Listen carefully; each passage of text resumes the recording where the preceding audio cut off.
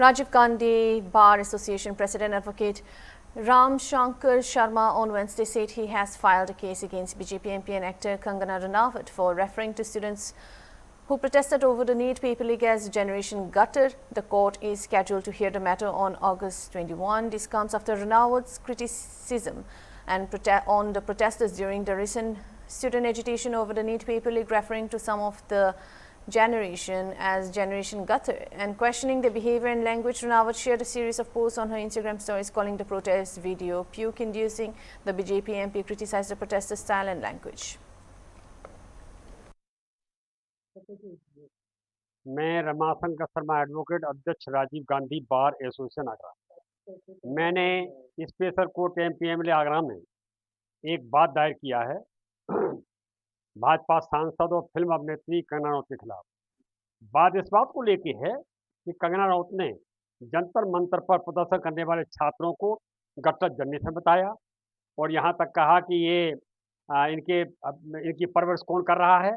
ऐसे लोगों की मुझे उबकाई आती है इनके वीडियो देख करके।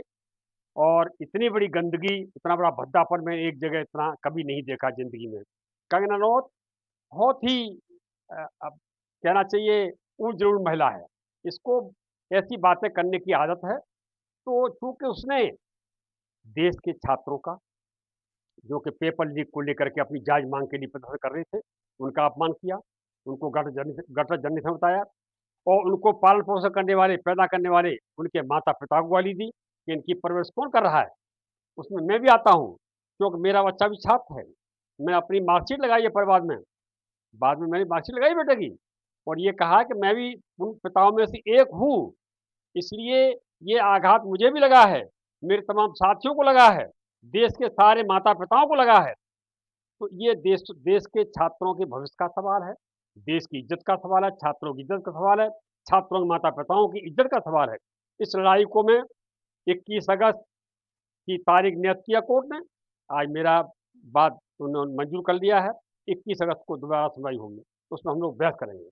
इसमें हम तमाम अपनी दलीलें देंगे, रूलिंग पेश करेंगे और संविधान की वो धाराएं भी देंगे जिनके अंदर कर्तव्य बताए गए कि हर नागरिक का क्या कर्तव्य है। इस तरह के भाषण देने पर, इस तरह की वक्तव्य देने पर वो उसका राजद्रोह बनता है। जो ऐसी बातें करता है उसके खिलाफ राजद्रोह, अपमान और सोशल मीडिया का दुरुपयोग करने पर आईटी एक्ट ये धारा में लगाई हैं। इसमें उसको तलब कराऊंगा। अगर कोर्ट बाई चांस खारिज करता है तो मैं सेशन कोर्ट जाऊंगा, सेशन कोर्ट में भी सफलता नहीं मिलती है, मैं हाई कोर्ट जाऊंगा, हाई कोर्ट से भी फिर मैं सुप्रीम कोर्ट तक की लड़ाई लड़ूंगा। लेकिन देश के छात्रों के सम्मान के लिए, देश के छात्रों के माता पिताओं के लिए और देश के सम्मान के लिए मैं ये लड़ाई शुरू की है, इसको अंजाम तक पहुंचाऊंगा।